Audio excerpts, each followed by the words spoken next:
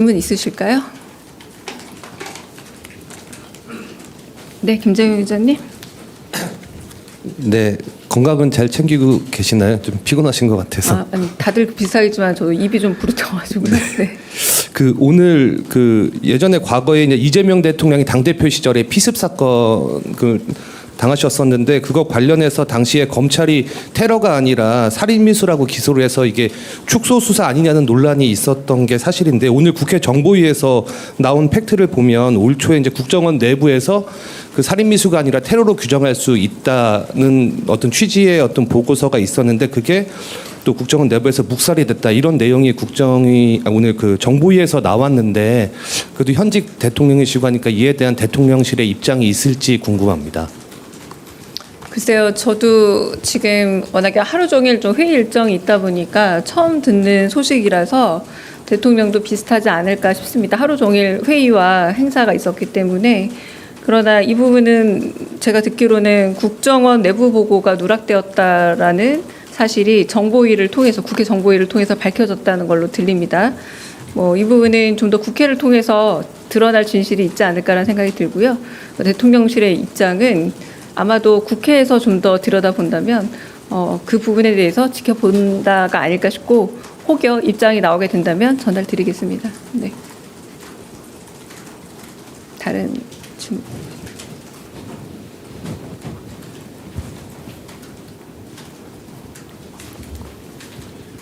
네, 안녕하세요. 채널A 이상원입니다.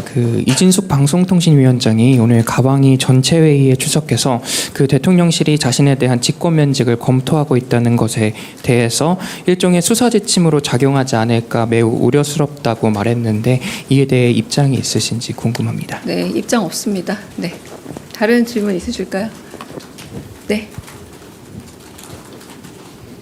저 TV조선 최민식입니다. 조금 전 브리핑에서 노랑봉투법 관련해서 이제 김정관 장관이 좀 기업들의 의견을 전했고 대통령께서 고용노동부 장관에게 발언할 기회를 주셨다고 하셨는데 그럼 거기에 대한 노동부 장관의 입장은 어떤 것이었는지 또 두 분은 오늘 어떤 토론을 했는지 궁금합니다. 비공개 회의 과정에서 나온 이야기입니다. 노조법 관련해서 산업부 장관께서 기업은 성장과 투자의 주체이자 불확실성을 해소해야 하는 주체이기도 하다. 경제계는 굉장히 합리적인 상황에서 예측 가능한 상황을 원하고 그런 부분에서 산업부 장관으로서는 기업의 의견을 전할 수밖에 없다. 배임죄 완화와 같은 법안이 조금 더 빨리 마련이 됨으로써 대통령이 말씀하신 노와 사가 균형을 맞춰가는 과정에서 합리적으로 균형을 맞춰야 될 부분 중에 노사균 등의 문제가 있다면 배임죄처럼 기업에 있어서도 한편으로 균형점을 찾아서 가혹하게 여겨졌던 부분들에 대한 완화점을 찾아야 한다면 배임죄 완화 부분에 좀 더 그 부분에 대한 좀 흐름도 있으면 볼 수 있으면 좋겠다라고 의견을 전했습니다. 네, 처음에 노동부 장관이 거기에 대해서 별다른 대답을 안 하셨고요. 대통령께서 그럼 이 자리에서 고용노동부 장관의 의견을 들어보는 것도 좋겠다라고 말했고 노동부 장관은 그 의견을 산업부 장관이 말하는 것은 충분히 이해하고 공감한다. 그래서 경총 간담회를 내일 아침 바로 하기로 했다. 경총의 노동부 장관으로서 이번에 노동자가 아니라 경총의 의견도 듣기로 했다라고 얘기를 했습니다. 그리고 그 다음에 대통령께서 말씀하시길 이런 문제들은 산업부 장관과 노동부 장관이 국무회의에서 격렬하게 토론해야 될 문제다. 현장에서 기업인과 노동자가 그저 자기의 정체성으로 날것으로 싸우게 되면 진짜 훨씬 더 복잡한 문제가 된다.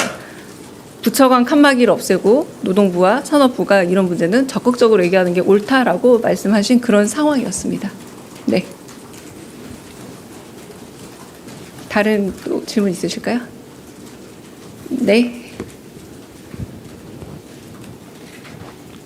네, 안녕하세요. 뉴스원 한병찬 기자입니다.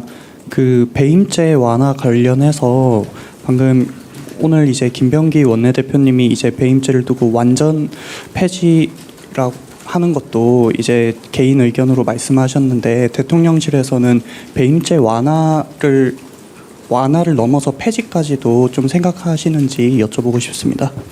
네, 그거는 이제 배임죄에 대해서는 마찬가지로 노사의 문제를 우리가 평균적이고 그리고 합리적인 시선으로 돌아봐야 한다라고 대통령께서 늘 말씀하셨듯이, 그래서 노조법 통과를 먼저 했다면 그 다음에는 말 그대로 배임죄 역시도 불합리한 부분이 있기 때문에 이 불합리한 부분을 좀 고치고 바꿔봐야 한다라는 게 대통령의 평소 지론이었고 선거 과정부터 지금까지 계속되어 온 얘기입니다.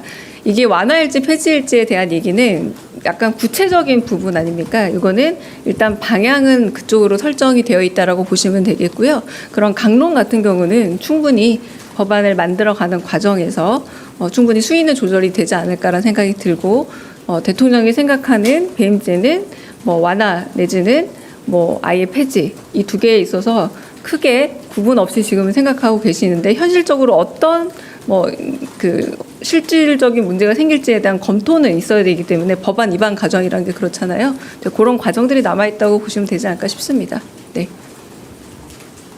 아까 이쪽에서 질문 누가? 네. 네, 조선비즈 이슬기입니다. 대변인 아까 대통령께서 그 바가지 요금 말씀하시면서 좀 단속하기 위해서 정부 차원의 방안을 마련하라고 지시하셨잖아요. 이게 지금은 현행법으로 행정지도 정도에서만 지금 할 수 있는 게 없는데 비공개나 이런 자리에서 조금 더 나온 게 있는지 좀 더 공유해 주실 수 있는 게 있으면 말씀해 주시면. 네, 비공개에서 더 얘기가 된 건 아니지만 말씀을 좀 드리자면, 이제 바가지 요금 같은 경우에 그 바가지 요금을 매긴 한 업체나 업소만 피해를 입는 게 아니라 그 주변 상권까지 관광객들 혹은 소비자들의 발길이 끊기는 그 너무 효과가 내지는 영향력이 너무 크다라는 말씀을 아까 강조하셨고, 그래서 행정지도 정도를 약간은 가볍게 보고 있는 것이 아닌가, 그 정도는 지금 이런 맥락하고 비슷하게 보시면 될 것 같습니다.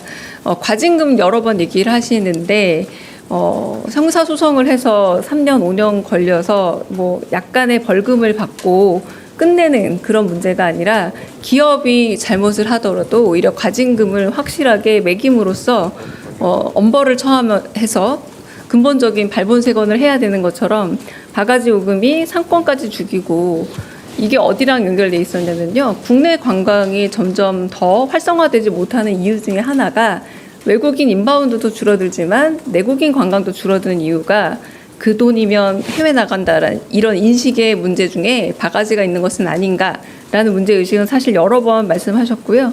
이에 대해서 실효성 있는 행정지도 이상의 어떤 뭐 과징금이든 혹은 벌금이든 이런 체계를 마련해 와라라고 얘기를 했습니다. 그래서 이 부분을 이제 어느 부처에서 담당할 것인가 이런 얘기까지는 구체적으로 좀 되긴 했습니다. 네. 네. 네, 겸손 힘들다 뉴스공장 박현광입니다.